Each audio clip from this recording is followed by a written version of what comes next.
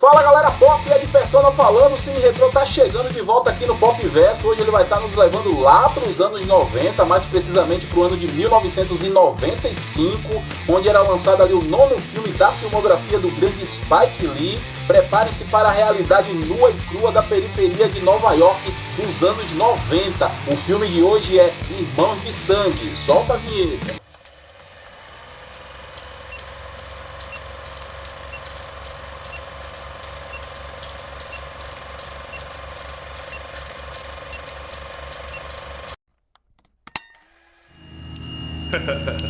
Yeah.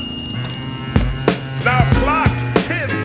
Ronald Striker é um dos muitos jovens negros da periferia nova-iorquina que estão envolvidos com o tráfico de drogas.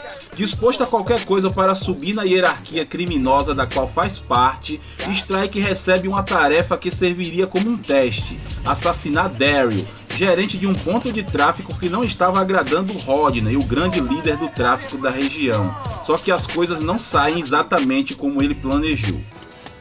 You wondering how I got that AIDS, ain't you?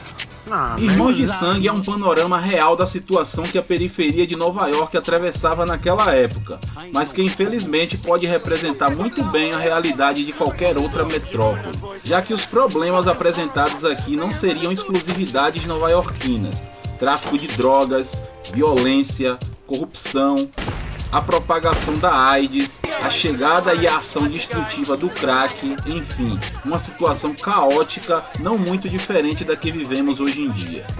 O filme tem como base o romance homônimo escrito por Richard Price em 1992. Price, que já tinha tido uma das suas obras adaptadas para o cinema, A Cor do Dinheiro, dirigido por Martin Scorsese, inclusive tendo sido indicado, dentre outros, a melhor roteiro adaptado de 1986, também assina o roteiro ao lado de Spike Lee. Scorsese é um outro grande que marca a presença aqui. Além de ser um dos produtores do filme, ele trabalhou ao lado de Spike Lee durante toda a produção do longa.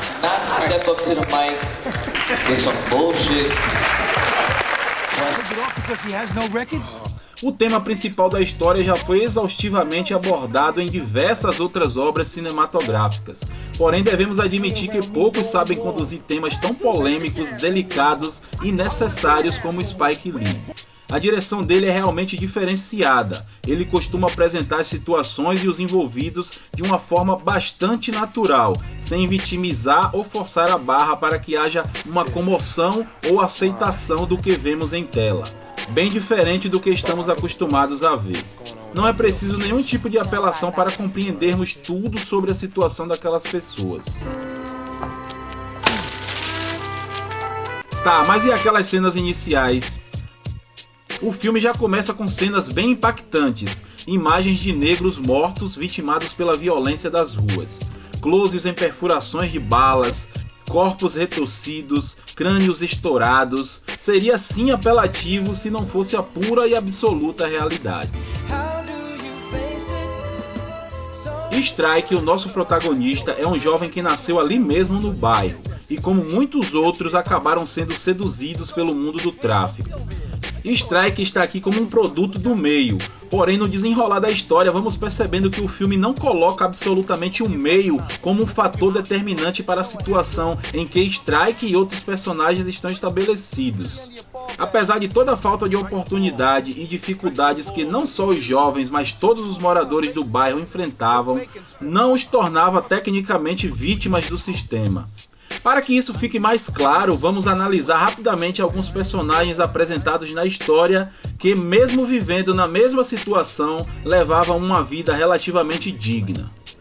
André, por exemplo, faz o caminho oposto. Ele é um policial, além de tudo, conselheiro e protetor. Victor Dunham é um trabalhador, pai de família e irmão de Strike. Apesar de todas as humilhações, ele resiste. Iris Jeter é outro exemplo, uma mulher guerreira que luta para dar uma boa educação ao seu filho Tyrone.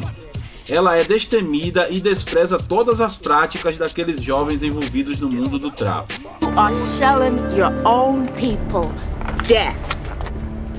Enfim, sobreviventes que passavam as mesmas dificuldades e escolheram resistir. No entanto, para eles, pessoas negras de um bairro pobre, é óbvio que tudo era muito mais difícil. Isso fica muito claro. Aqui, simples coisas do cotidiano para eles se tornavam grandes problemas e, consequentemente, se transformavam em obstáculos quase indestrutíveis. Em todos os momentos, Spike Lee enaltece essas situações, que seriam simples e comuns para pessoas brancas, por exemplo. Mas nesse caso, por se tratarem de pessoas negras, essas situações se transformavam em algo intransponível. Diante dessas circunstâncias, é fácil compreender que, ao escolherem ser pessoas normais, honestas, dignas e justas, não seriam suficientes para eles serem aceitos como tais, e muito menos facilitariam alguma coisa. Resistir a todas essas dificuldades e afrontas era uma opção muito dolorosa, que nem todos tinham estrutura para conseguir suportar. O que fazer então diante disso tudo? Motherfucker stole my bags too. Yo, Strike. Your boy Rodney took a piss in your car. O filme não nos poupa de nada, até porque a realidade apresentada nele, infelizmente, nada difere da que muitos de nós estamos acostumados a vivenciar diariamente. Para isso, Spike Lee opta muitas vezes por um jeito de filmar e uma fotografia que nos remete a verdadeiros documentários, ou até mesmo a um jeito de uma notícia que vemos nos telejornais. Tudo isso, claro, para estar sempre nos fazendo lembrar de que, apesar de estarmos diante de um filme, não queria dizer que se tratava de uma ficção propriamente dita. E essa aceitação da realidade é um ponto-chave para a imersão do espectador na trama, que se mostra eficiente em nos fazer lembrar sempre que, depois de tantos anos e de tantos avanços, o preconceito racial ainda é eminente e letal em toda a sociedade. Não podemos deixar de falar de um personagem bastante interessante, Rodney Little, o líder do tráfico naquela região.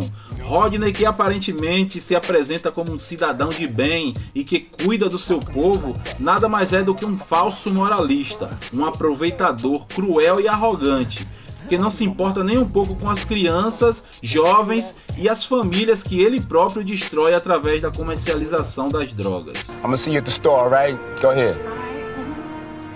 É Rodney que introduz Strike no mundo do tráfico e nos é mostrado como seus ideais e métodos sedutores são eficazes na manipulação das crianças que não cessam de passar por ali. Everybody stick out your hand like this. Calm down. A dupla de detetive Rocco e Larry, vividos por Harvey Keitel e John Turturro, que dão um show de interpretação, diga-se de passagem, representam a lei ou a retidão. Mas nesse caso aqui, Spike Lee aproveita para mais uma vez fazer uma crítica muito forte. Na primeira cena em que eles aparecem no local onde Daryl foi morto, já nos causa no mínimo um incômodo. A forma como eles se comportam diante daquela situação, o descaso e a falta de respeito, palavras que expressam todo tipo de preconceito, demonstram nesse caso como a lei ou a sociedade não se importa nem um pouquinho com o que acontece ou com o que vai acontecer com pessoas negras periféricas.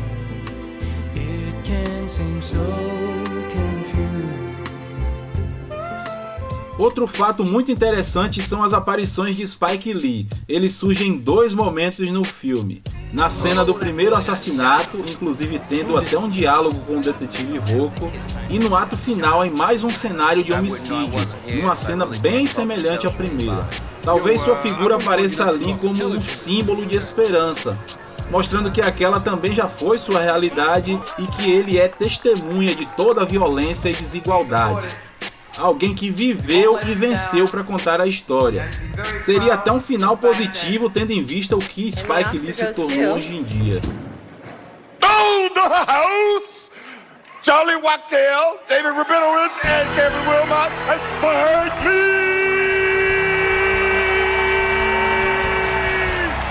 And Kevin Wilmot. It's the first win and fifth nomination for Spike Lee. Porém, a situação se torna um tanto quanto pessimista se observarmos que o filme começa e termina da mesma forma, com assassinatos violentos e banais. Uma espécie de ciclo interminável de violência e preconceito. Talvez algo que nunca tenha fim, afinal estamos falando de um filme de quase 30 anos atrás e as coisas não mudaram muito, né?